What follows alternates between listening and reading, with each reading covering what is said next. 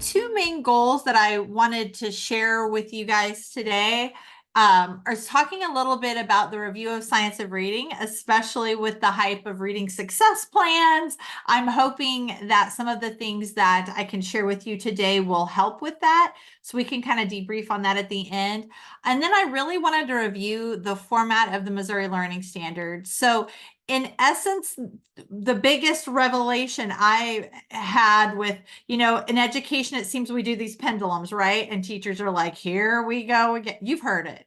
Here we go again. We did hit hooked on phonics back in the 80s. Like we've done phonics, then we went to guided reading and comprehension, and now we're coming back. But I think so much of it is helping teachers understand the Missouri Learning Standards, and that the science of reading has always been in the standards, right? This really isn't anything. And my biggest concern with this whole shift has been like, well, let's throw out everything that we were doing and start over. And I'm exactly, Sheila, that's exactly my response is, oh my gosh. And I mean, I'm going to call myself out here at the very beginning, former first grade teacher who taught a ton of kids to effectively read through, and this is heresy now, I feel like to say, but through guided reading. Okay? Because guess what? I taught phonics for 10 minutes at the beginning of every guided reading. Does this make sense? Like, I feel like we're getting with sold a story and all this. We're taking sides where reading really does help meet in the middle. And so helping people, while the research is now showing from Reading League that 60% of kids learn through phonics, we were missing that train, right? I grew up in a time of whole language, but we really need both. And so that's pretty much the heart of today's call is, let's understand our standards and really as leaders connect those things for teachers. So I'm just hoping I can give you some visual graphics and things today to just help that for teachers. So look, I feel like I could do a quiz. Everybody knows what this is, right? And it's been around, I forgot the date on this, but Scarborough's rope, one of the classic analogies for reading. And it is great because it shows how complicated it is, right? And I know frontispinnal is now a bad word. Hey, I still love their reading chart. There's some good things once you gets to decoding that frontispinnal have kids do. But it's that reading is this process. It's interwoven. It's all these different things. And so one of the things that has gotten us into trouble sometimes is we don't always know how to do all of it. So we isolate each one of those little ropes and those strands. And, but we really have to understand how to put all of them together too. So the bullets over to the right are just the things that are representing all those little tiny strands that you put together to make a rope. Word meaning, sentences, inferencing, comprehension. And then at the bottom, you have what I would say is the science of reading, letter sound knowledge, decoding, automaticity. But this is still showing that there's really two parts of reading, which are the bottom part, you understand words, phonetics, and you can put those together. And then once you can do that, now you're ready for comprehension. And then you have to put those things together. So I grew up in an era where, and I think that still, if you ask most people if a kid can read, what will be their definition? Or what would they say? How do I know if a kid could read? They might say, because they have decoding skills, right? But I'm going to push back in that we forget that top half, which is just as important. Can you remember and understand what you read? And I that's my caution, that we're going to get caught up with the science of reading. You're going to have a lot of great decoders, but you can't let go of comprehension as well. And I was that kid who could read very fluently. The MMAT, anybody as old as me who had to take the MMAT? And I also was good. I also was the troublemaker who did make pictures with the dots, and I got put in remedial reading. But here's the thing. I was no more comprehending what I read than the man on the moon. I was a great decoder, and I was in the Red Robin High reading group my entire elementary career until I goofed around on the MMAT. So my point is helping teachers not lose sight of that, right? And so it's not throwing out all those good comprehension things. This is another graphic. It's not Scarborough's rope. Gosh, now my mind is blanking. I've cited it someplace else. Hang on, I've got it in my book. I'm trying to remember where I got this website, but there's a great website. Let's see, Ascend Learning. That's where I got it. So I want to give them credit. It's the same thing, right? Where it's kind of showing here are the different parts to reading. And now you're going to hear more of the science of reading with this orthography, seeing and understanding, phonological awareness, and how it all builds up to fluency. So just some great visuals that I think sometimes can help. Val is one of my art teacher, great visual learners, to help people understand that reading is all of these components. And so they did this one as a triangle, that you've got to have those basic science of reading skills to get up to fluency and comprehension. So what does that have to do with the standards?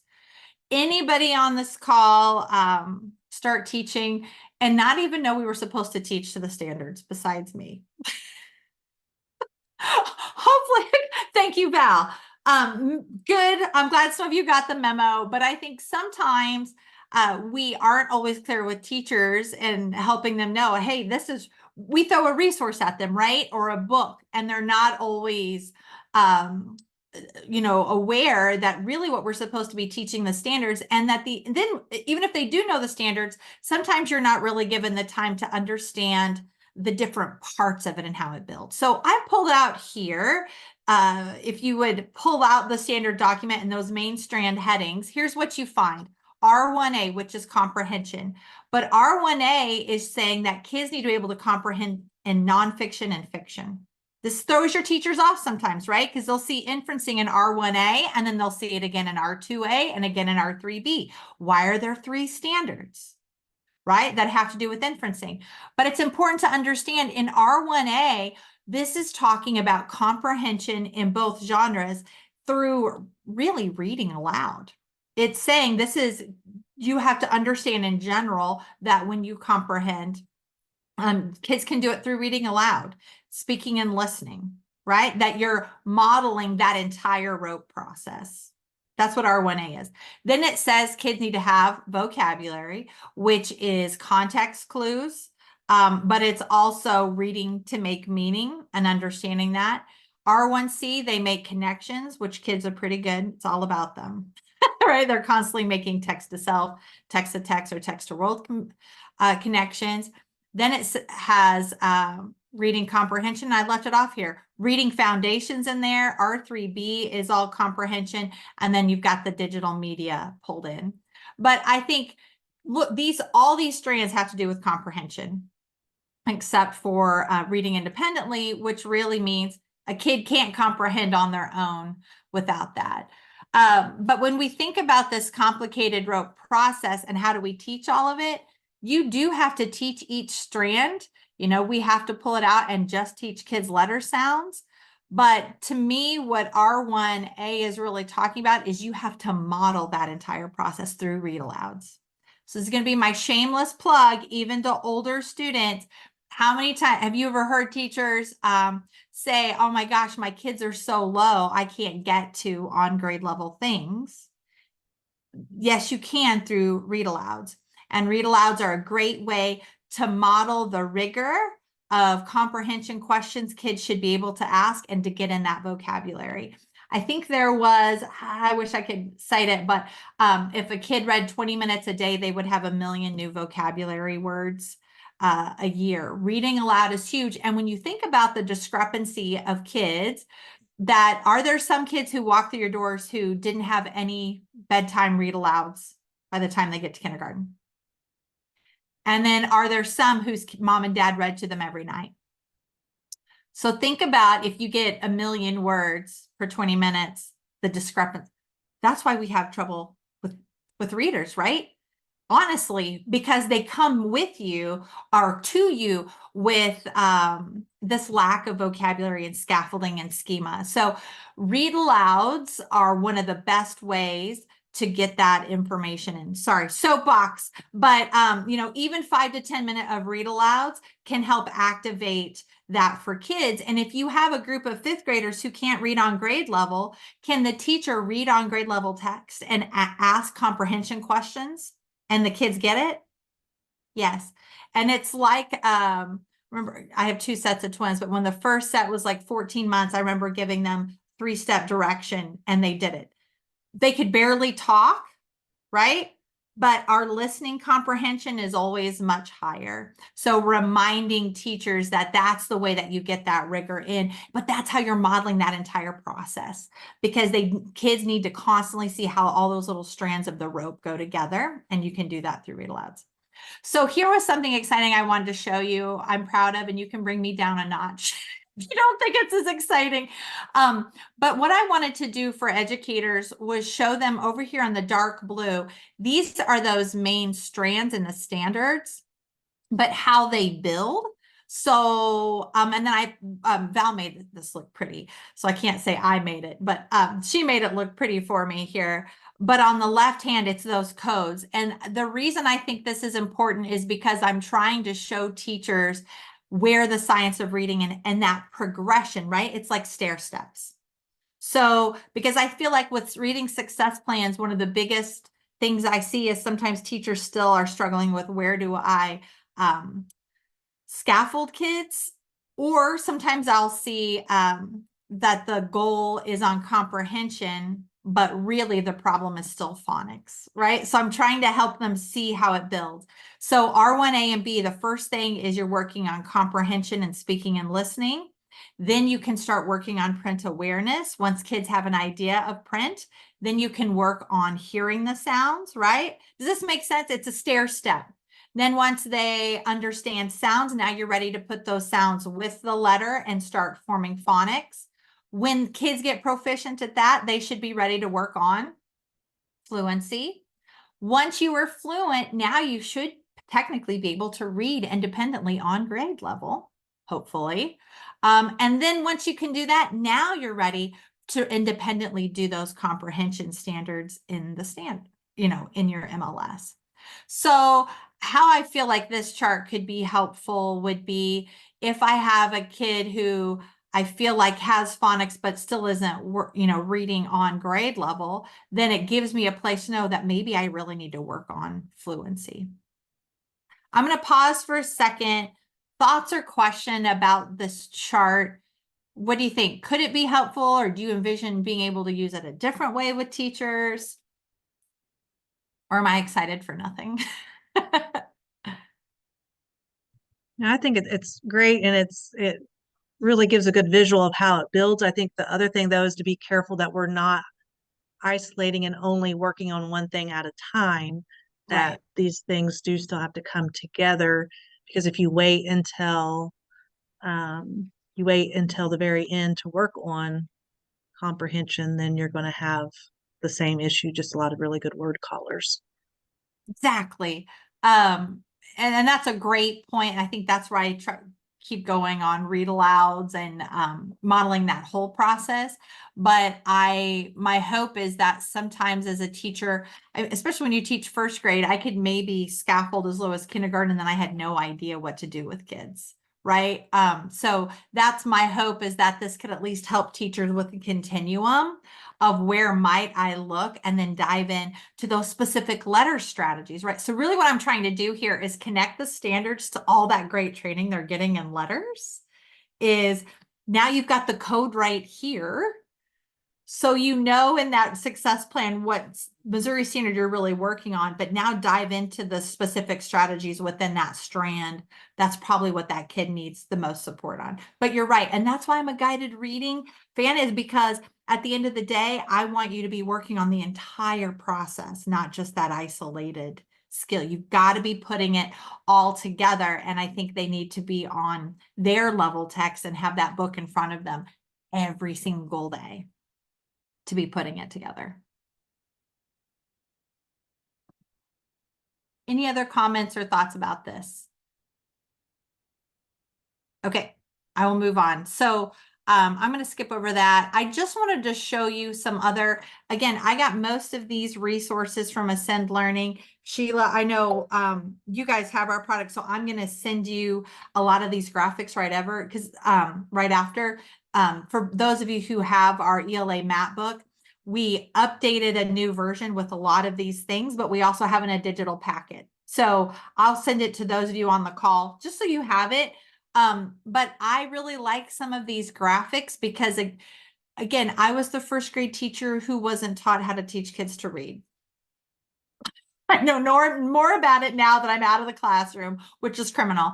So anytime I see things that would have helped me, I love these types of charts, just kind of understanding how vocabulary itself would build. And again, I know this isn't an exhaustive list, but it kind of talks about and helps teachers see how vocabulary itself builds, that parts of speech that's in language, phrasing, multiple meaning, synonym, antonyms. So really, if a child is having trouble with synonyms and antonyms, well, do we even understand multiple meanings of words, right? It's helping them understand those continuums. I find all this very powerful.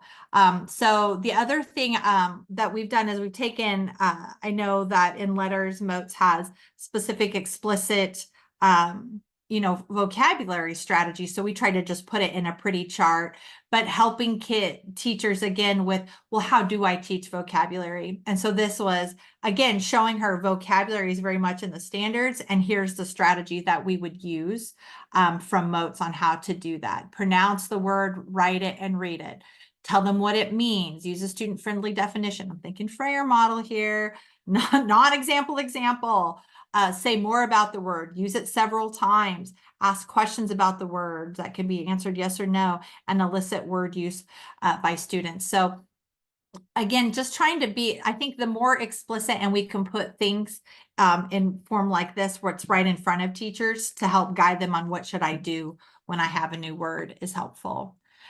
Here's a phonological awareness progression, again, that I think is huge, that it starts with rhyming.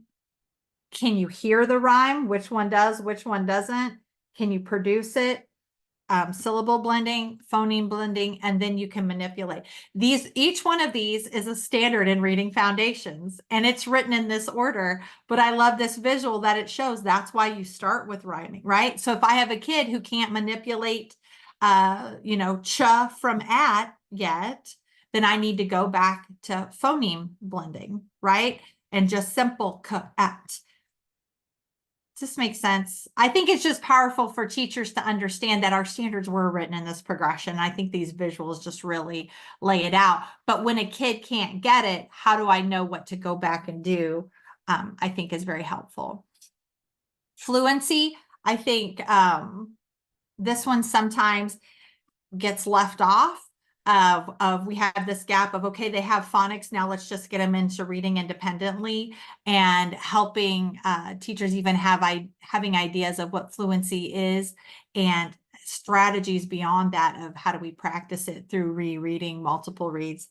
But there's a chart there. Here's the heart words, right? Which we've all kind of cheesy, but but helping the orthographical mapping and all of that. I think how are you guys handling teachers who haven't been in letters training and catching everybody up to speed?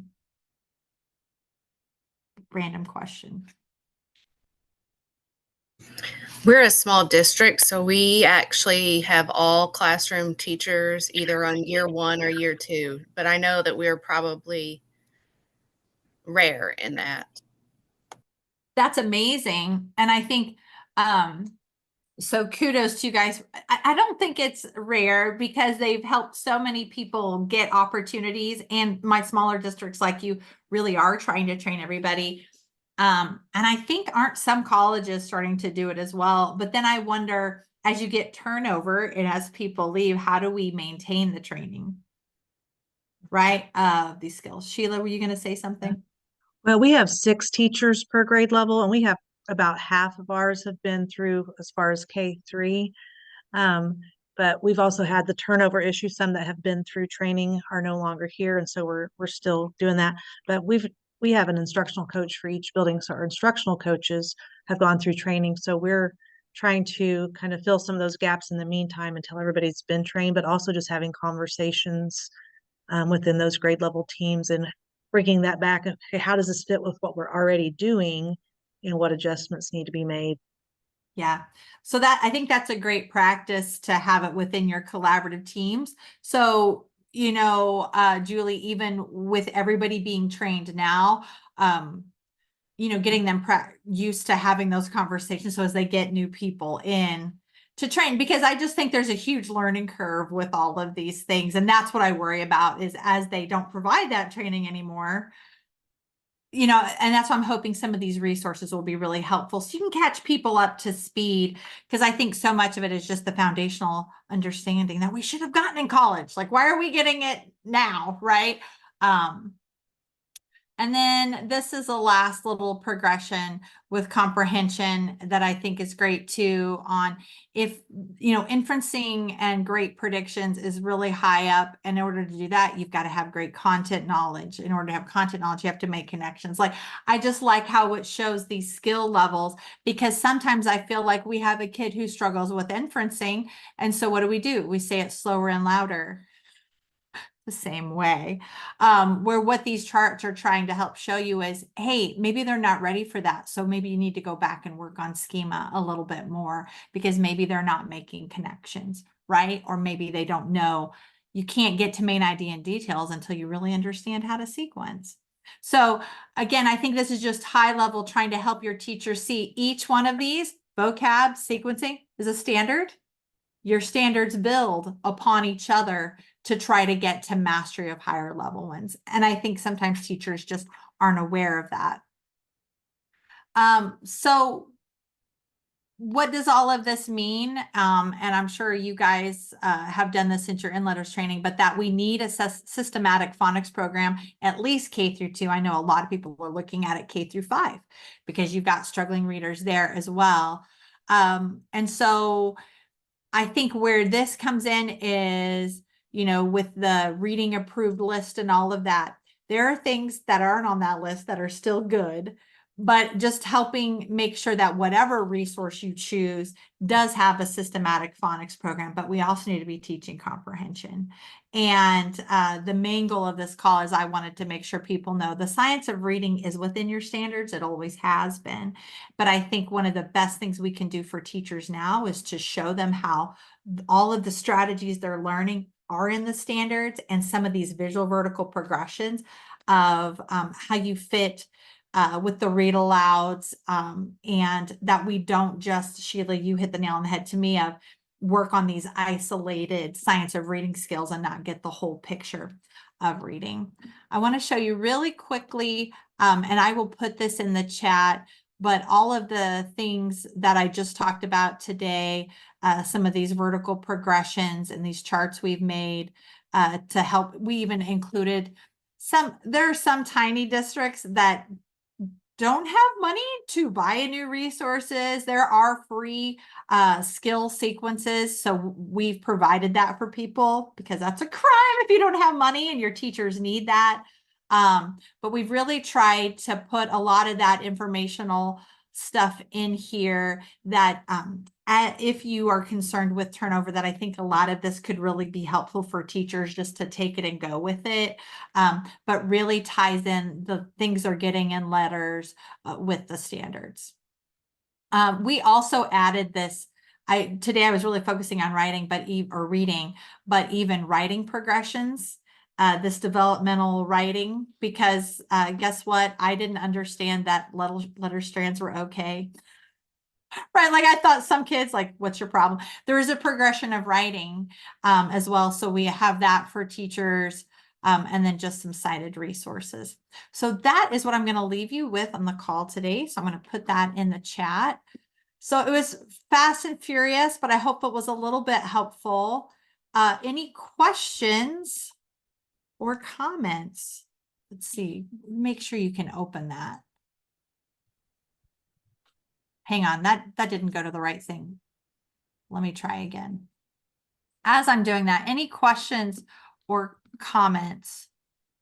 So one question, so you've added this to the print map book. Is there anything digital, as far as a digital link, to add to, like what we purchased? We have the digital K-12, I think it is.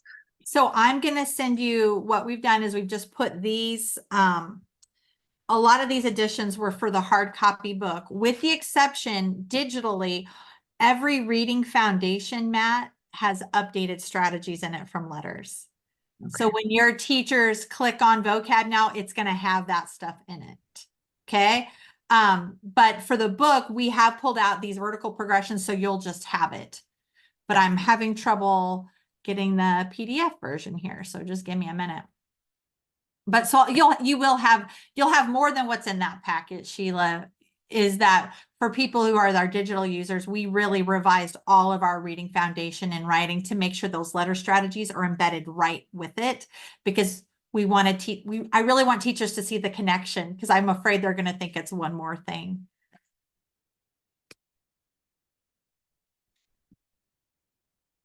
Any other questions or thoughts for the group, or questions you have for somebody else in here?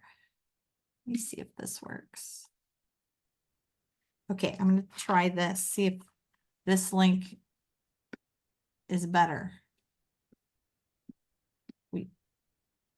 Val, would you click on that and see if it opens for you?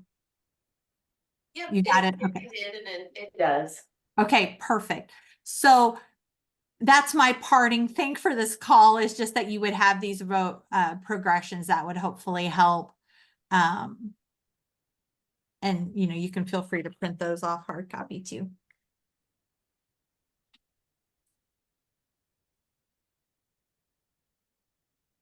Hey, hopefully you got a few nuggets of helpfulness today. Okay, well, I wish all of you a great and uneventful, as a former principal, I'm going to say an uneventful Monday, because that's what we want, but good luck with that. I might have jinxed you. Thank you, ladies. Have a great week.